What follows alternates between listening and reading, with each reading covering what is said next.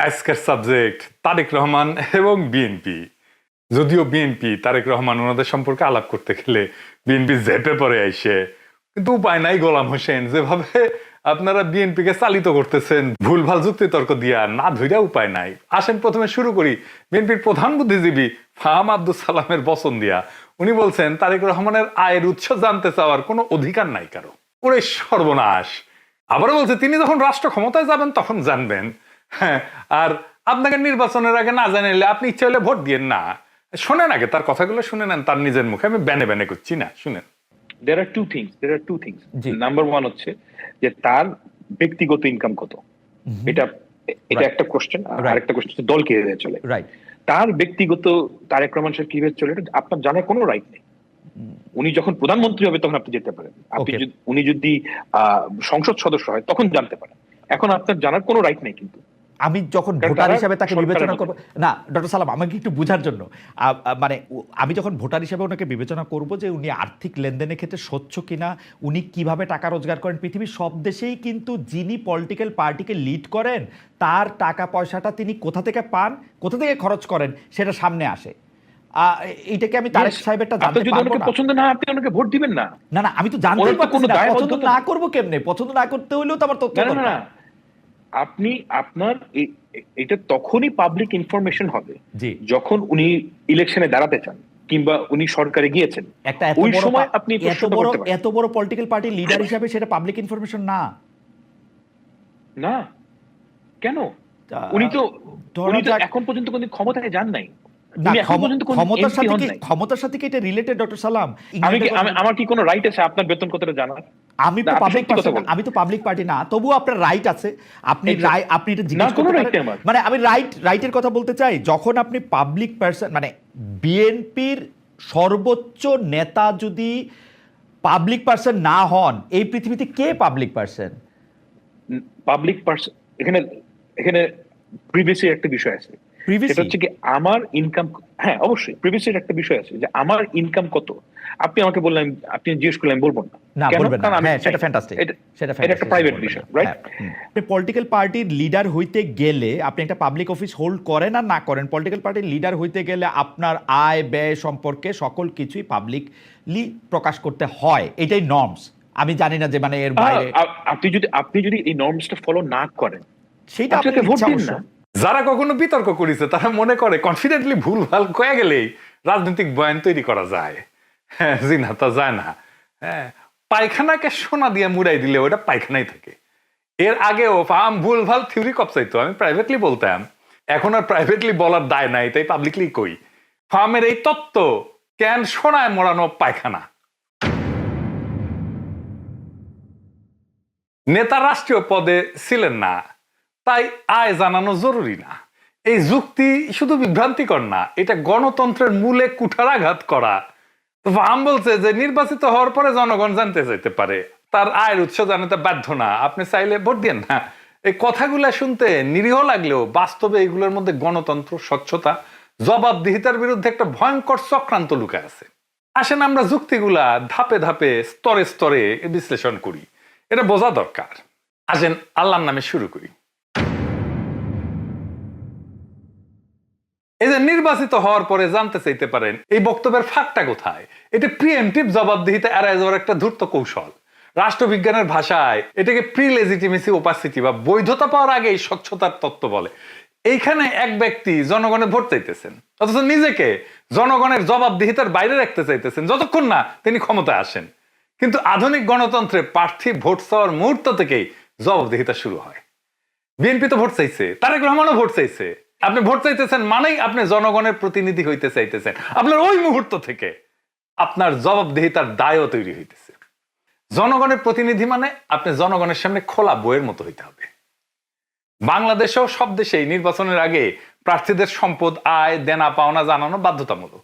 শুধু জানানো না, পাবলিক রেকর্ড জমা দিতে হয়। নেতা না জানাইলে জনগণ জানতে চাইতে পারে। এটা এমন একটা কথা যেন আপনি বলতেছেন আমি দোকান খুলবো, কিন্তু আমার পণ্যের উৎস জানতে চাইলে আমি বলবো আগে কেনেন তারপরে জানবেন। তো নির্বাচন যদি ধরেন ফেব্রুয়ারিতে হয় বা ডিসেম্বরেই হয়, তো তার এক মাস আগে তো উনি সাবমিট করবেন নমিনেশন, ওটার সাথেই উনার আয়ের উৎস জানাইতে হবে ওই দিনই। তার মানে ভোটের আগেই জানাইতে হবে, ভোটের পরে না। পাবলিক অফিসে উনি যাক বা না যাক, উনি ভোটে হারিয়ে গেলেন, তাও এটা জানানো থাকবে পাবলিককে। আপনারা ভোট দিয়েন না, এটা গণতন্ত্র নাকি চাঁদাবাজির ভাষা? এই কথাটার মধ্যে স্পষ্ট এক ধরনের জনগণকে তুচ্ছ করার ধারণা লুকায় আছে। জনগণ যদি প্রশ্ন তোলে তবে তাদের উপেক্ষা করা যাবে, কারণ ভোট না দিলেই হইল। যে ভোট দেবে না সেও জানতে চাইতে পারে, আলবত পারে, কারণ যে ভোট দেয় না তার উপরেও তার নেতৃত্ব চাপায় দেওয়া হয় ডেমোক্রেসিতে, যে যেতে। গণতন্ত্র মানে ভোট এক্সচেঞ্জ না, গণতন্ত্র মানে জবাবদিহিতার একটা চুক্তি। যে ভোট দিচ্ছে না বা দেবে না তার সাথেও চুক্তি। ফার্ম রাষ্ট্র ব্যাপারটাই বুঝে নাই, ভোট তো বুঝেই নাই। আসেন আরো স্পষ্ট করে দেখি কেন ফার্ম বুঝে নাই এটা। গণতন্ত্রে যে জবাবদিহিত চুক্তি, সেটা শুধু ভোটারের সাথে না, সমস্ত নাগরিকের সাথেই হয়। এমনকি ভোট তাকে নাও দেয়, কারণ গণতন্ত্রের নেতা শুধু ভোটারদের প্রতিনিধি না, তিনি সমগ্র জনগণের সেবক। এটা তিনটা স্তরে একটু ব্যাখ্যা করা যাইতে পারে। ধরেন নৈতিক এবং রাষ্ট্রনৈতিক স্তর। গণতন্ত্র মানে হইল পুরা জনগোষ্ঠীর উপরে নেতার কর্তৃত্ব, কেবল ভোট যে দিচ্ছে তার উপরে না। একজন নাগরিক ভোট না দিলেও তিনি কর দেন তো, ট্যাক্স দেন, আইন মানেন তো, রাষ্ট্রের নিরাপত্তা ব্যবস্থার অংশ হন তো, রাষ্ট্রের নাগরিক সেবার গ্রাহক হন তো। সেই জন্য নেতা বা শাসকের প্রতি তার জবাবদিহিতার দাবি আছে। রুশো বলছিলেন, legitimacy comes from general will, not just the vote. এই জেনারেল উইল, এই জেনারেল উইল হচ্ছে সার্বভৌম ইচ্ছা। যে তারেক রহমানকে ভোট দিবে না সেও এই জেনারেল উইলের পার্ট। আমরা বলি সার্বভৌম ইচ্ছা, অর্থাৎ ভোট দেওয়া না দেওয়ার মধ্যে না, নেতৃত্বের নৈতিক বৈধতা আসে সামষ্টিক জনগণের সম্মতি বা সার্বভৌম ইচ্ছা থেকে। 2 নম্বরে ধরেন আইন এবং সাংবিধানিক স্তরে এটা একটু আলাপ করি। রাষ্ট্রের সংবিধান রাষ্ট্রের নেতাকে কেবল ভোটারদের প্রতিনিধি করে না, তিনি সকল নাগরিকের প্রধানমন্ত্রী হন, রাষ্ট্রপতি হন, যারা ভিন্ন মতের, ভিন্ন দলের কিংবা তাকে ভোটই দেয়নি। যেমন বাংলাদেশের সংবিধানের 7 এবং 11 ধারা অনুযায়ী জনগণই তো রাষ্ট্র ক্ষমতার উৎস, তাই না? ভোট না দিলেও আপনি জনগণ। তার মানে তারেক রহমান যদি জিতে আসে, তার রাষ্ট্র ক্ষমতার উৎস যেটা, যে তারেক রহমানকে ভোট দেয়নি সেও তারেক রহমানের ক্ষমতার উৎস আমাদের সংবিধান অনুসারে। 3 নম্বর হচ্ছে বাস্তব এবং রাজনৈতিক যুক্তি। ধরেন কেউ ভোট দেননি, কিন্তু সে তো সাংবাদিক হইতে পারে, একজন অধিকার কর্মী হইতে পারে, একজন বিরোধী দলের কর্মী হইতে পারে, কিংবা একজন অসন্তুষ্ট তরুণ হইতে পারে। তাহলে কি তার কথা শোনা হবে না? গণতন্ত্রের নেতা জনগণের চাকর, তিনি ঠিক করবেন না কে জবাব চাইতে পারে। নেতা বলবেন না তুমি আমাকে ভোট দাওনি তাই প্রশ্ন তুলতে পারো না, বরং তার উচিত হবে বলা তুমি নাগরিক, তুমি চাইলে আমার হিসাব চাইতে পারো। তাইলে ফাহামেরা তারেক রহমানকে কোথায় ঠেলে দিচ্ছে? ভোট না দিলেও তো নাগরিক নাগরিকই, আর নাগরিক মানেই তো অধিকার। নেতা হন নির্বাচিত বা অনির্বাচিত, তার প্রতি জনগণের দাবি এবং প্রশ্ন করার অধিকার অখণ্ড, অবারিত এবং পবিত্র। গণতন্ত্র মানে ভোট না, গণতন্ত্র মানে জবাবদিহিতার সামাজিক চুক্তি। এই চুক্তিতে স্বাক্ষর করে প্রত্যেকটা মানুষ জন্মগতভাবে, ভোটার হিসেবে না, নাগরিক হিসেবে স্বাক্ষর করে। এবার ফিরে আসি আগের আলোচনা। আপনি যখন রাষ্ট্র নামে এই জনগণের একটা বাসে চড়তে চান, তখন তাদের কাছে টিকিটের দাম মানে স্বচ্ছতা, এটা আপনি দিতে বাধ্য।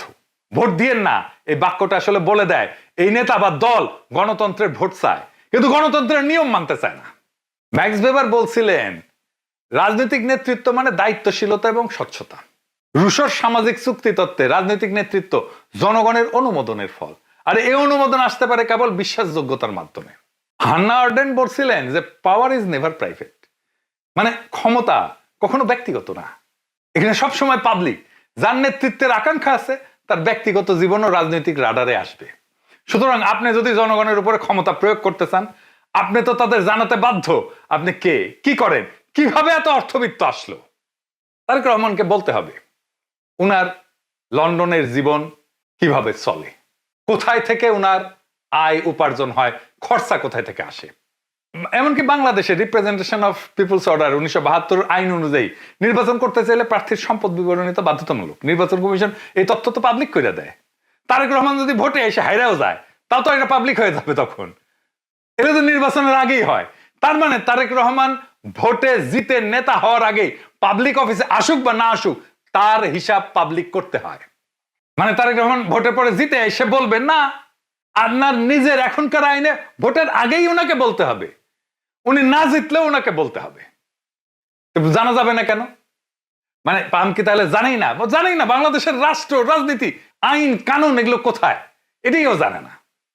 আপনি দেশের শীর্ষ নির্বাহী যদি হন, আর আজকে যদি কেউ জানতে না পারে কোথা থেকে আপনি টাকা পান, বিদেশে কত সম্পদ আছে, তাহলে জনগণ কিভাবে বিশ্বাস করবে? আপনি কাউকে সুবিধা দেবেন না বা কোনো বিদেশি শক্তির এজেন্ডা নিয়ে আসেননি। আর যদি কেউ প্রশ্ন তোলে, সেটা তার নাগরিক অধিকার। আর যদি আপনি বলেন ভোট দিয়েন না, তাহলে আপনি নিজের নৈতিক অধিকার হারায় ফেলেন। গণতন্ত্রের নেতা হইতেছেন পাবলিক ট্রাস্টের ধারক। আর গোপন সম্পদ, অজানা উৎস আর ধোয়াটে অর্থনীতির উপর ভিত্তি করে নেতৃত্ব মানে ছদ্ম গণতন্ত্র। আমি এখনো নির্বাচিত হইনি, তাই আমাকে জবাবদিহি করতে হবে না। এটা রাজনীতি না, এটা হলো কর্পোরেট গ্যাং অপারেশনের মতো আচরণ। এমনকি বাংলাদেশের আইনেও এটা করার কোনো সুযোগ নাই। নেতার জনপ্রিয়তা যতই থাকুক, তিনি যদি নিজের আয়ের উৎস গোপন করেন, জনগণের কাছে তার নৈতিক গ্রহণযোগ্যতা শেষ হয়ে যায়। নেতৃত্ব গোপনে হয় না, নেতৃত্বকে আলোতে দাঁড়াইতে হয়। যাই হোক, এবার দ্বিতীয় ইস্যুতে আসি। তারেক রহমান নিজে বলছেন একটা কথা, যে কথাটা মারাত্মকভাবে ভ্রান্ত। আসেন সেটা একটু বুঝে দেখি। তারেক রহমান বলছেন, শহীদ শুধুমাত্র কিন্তু একটা সংখ্যা না, একটা প্রাণের সমাপ্তির অর্থ হলো একটা পরিবারের মৃত্যু, একটা স্বপ্ন এবং সম্ভাবনার অবসান। 21শে জুলাই নাকি এটা বলছেন। খুব দামি আর ভারী কথা বলছেন মনে হইতেছে, তাই না? হ্যাঁ, এটা আবার জাতীয়তাবাদী ছাত্র দল তার ভেরিফাইড পেজে ট্যাঙে রাখছে। কিন্তু এই কথার মধ্যে লুকায় আছে বিএনপির ক্ষমতায় আসার ইঙ্গিত। মানে বিএনপি ক্ষমতায় আসতেছে, আমি নিশ্চিত বিএনপি ক্ষমতায় আসতেছে। কেমনে? কারণ বাংলাদেশে সাধারণত মূর্খরা ক্ষমতা আসে। বিএনপি যে মূর্খে ভরে গেছে, এই বক্তব্য তার প্রমাণ, বুদ্ধিভিত্তিক দেউলিয়াত্বের প্রমাণ।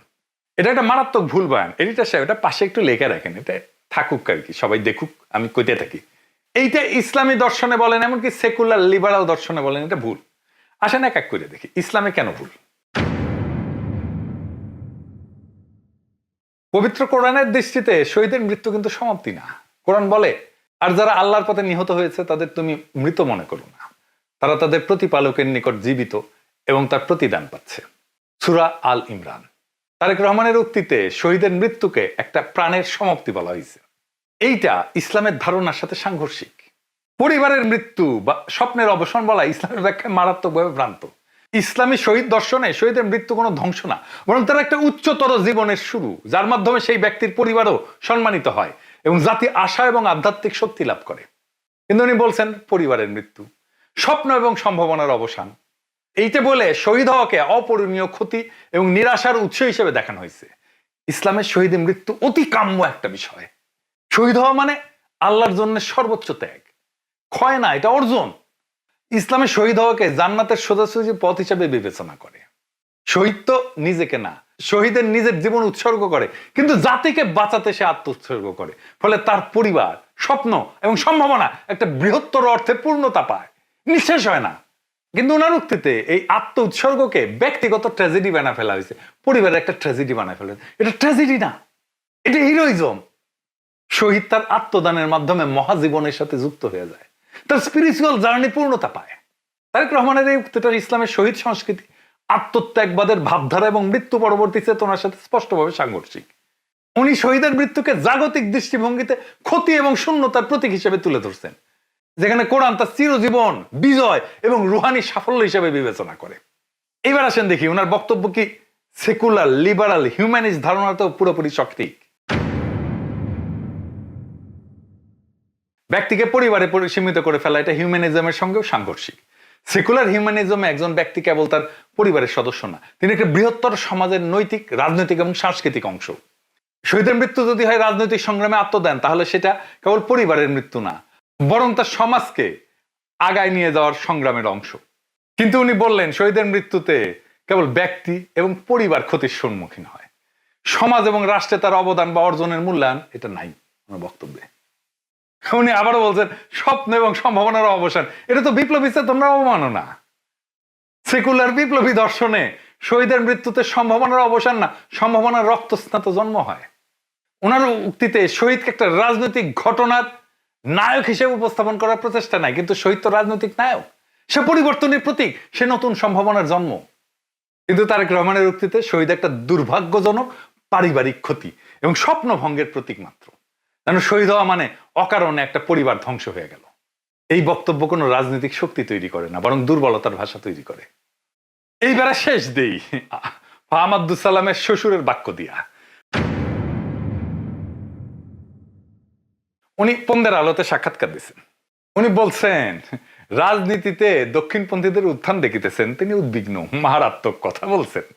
যে পত্রিকায় সাক্ষাৎকার দিয়ে জনাব আলমগীর রাজনীতিতে তথাকথিত দক্ষিণপন্থার জুজুবুড়ি দেখাইতেছেন, সেই পত্রিকা পরিবার মানে এই পন্দের আলো আর দিল্লি স্টার এটার সাথে যুক্ত সাংস্কৃতিক রাজনৈতিক বলয় গত 17 বছর বিএনপিকে শুধু ব্র্যাকেটবন্দি দক্ষিণপন্থার আড়ত হিসেবে প্রচার করে নাই, একই সাথে সেই দক্ষিণপন্থার শক্তিকে নির্মূল করতে যুদ্ধ চালায় যাওয়ার মতো ন্যায্যতা সম্মতি উৎপাদন করে গেছে।